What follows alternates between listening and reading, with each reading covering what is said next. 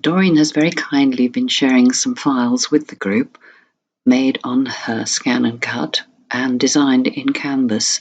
For this one that she posted recently, she has also uploaded a PDF which explains how to do this process, and this is the PDF.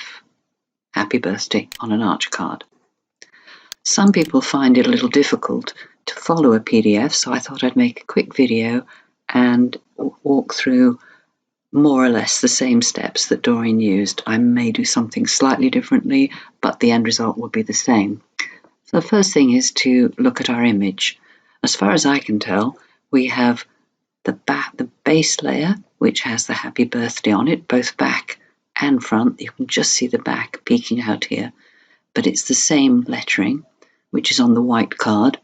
Then you have a black layer, and then you have a top layer with some ornaments. I don't intend to go into the ornaments, just the base and the 3 layers. So let's switch that image off for the moment.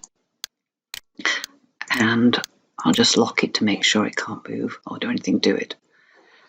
Now, using the basic shapes, in Doreen's instructions, she actually used 2 different shapes. She used these 2 and welded them. I came at it in a slightly different way. I went down and found this particular image, which is under the shapes. So to get to that, you click on the shapes menu, you'd scroll all the way down from the top here. You start with square, rectangles, and when you get down to the purple section, you'll find this one here. And I clicked on that. I'm just going to switch this off because I don't need this for the minute. So to remove that, it makes more room on the screen.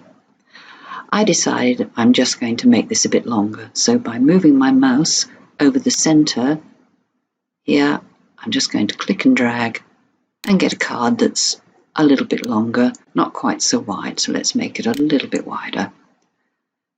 Then I'm going to change to the edit palette, and I'm going to come down here to the angle and put in 90 and press return on my keyboard.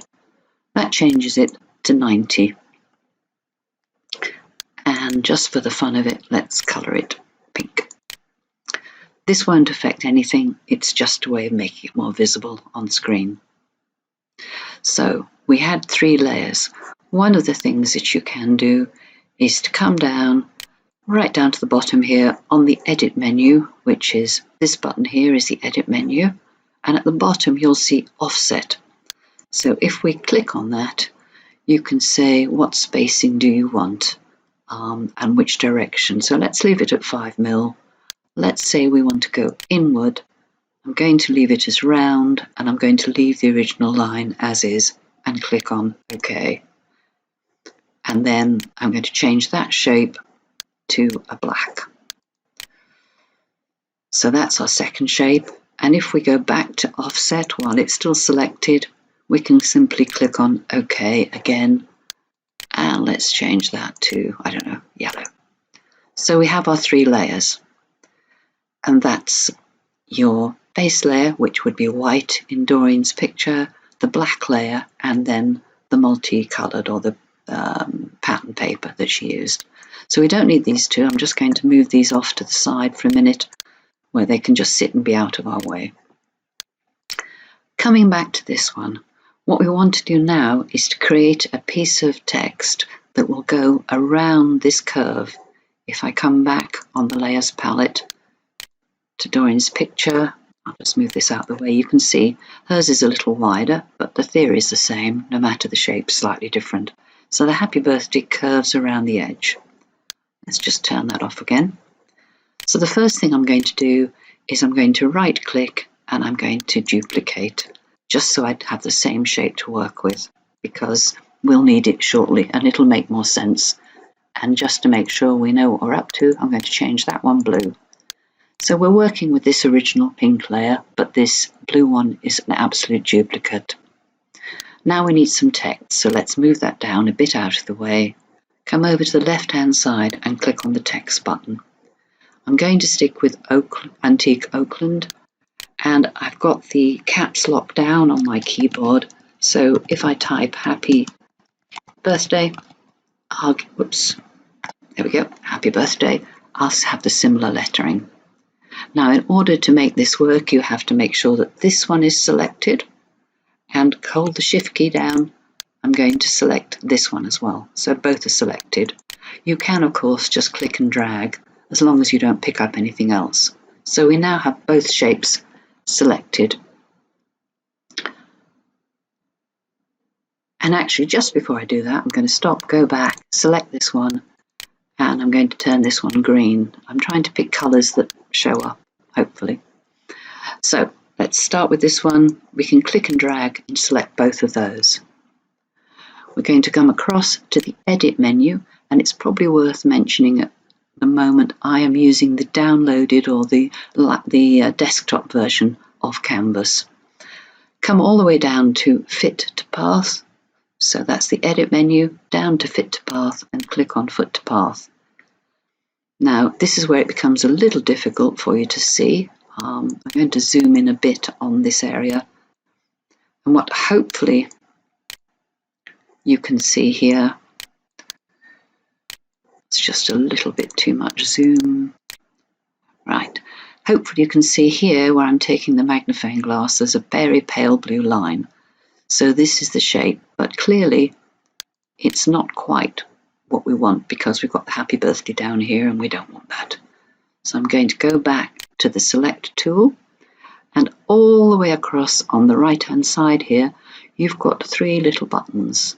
One is the horizontal alignment, one is the vertical alignment, and one is the path direction. So let's start with the first one. The options are left, which is what it is currently. So that isn't where we want. So let's try center. And that's getting closer, but not necessarily what we want. If we click again, we'll go to right.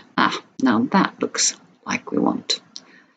Just for your interest, these other two buttons, they say bottom, which is what's currently. If we say middle, can you see it actually straddles the line?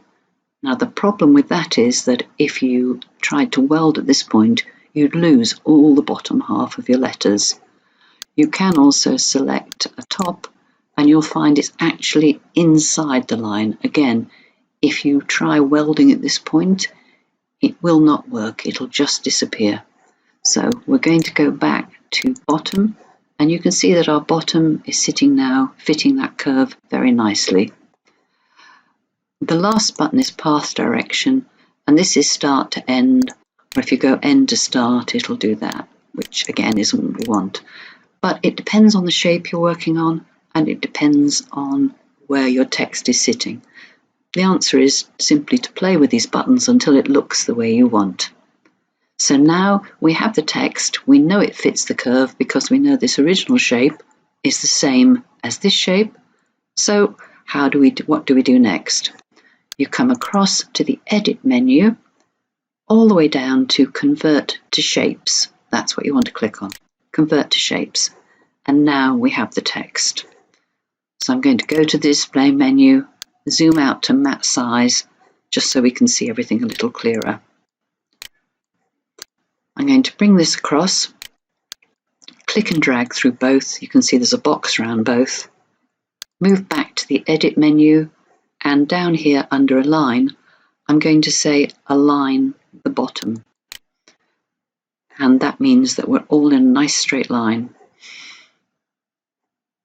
You could possibly align the top, but I don't think that's going to sit well because you're going to lose the Y off the bottom here. So I think Align Bottom is your best option. I'm going to click on the happy birthday.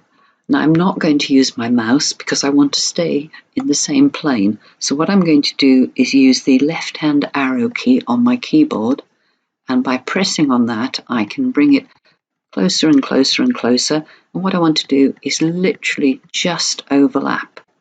Now I can see it's just about disappeared, but you probably notice this layer is behind this layer. So if you right click, say Arrange and bring to front, now it's possible to see where the bottom of those letters are, and that you only need it overlapping by the smallest amount. If we now click and drag on both, Use the elevator key or the up and down key here to take it down to the process overlap. Click on Weld. And now you know it's welded because it's all the same color. So that could be the front of our card. Let's go back to Doreen's and say,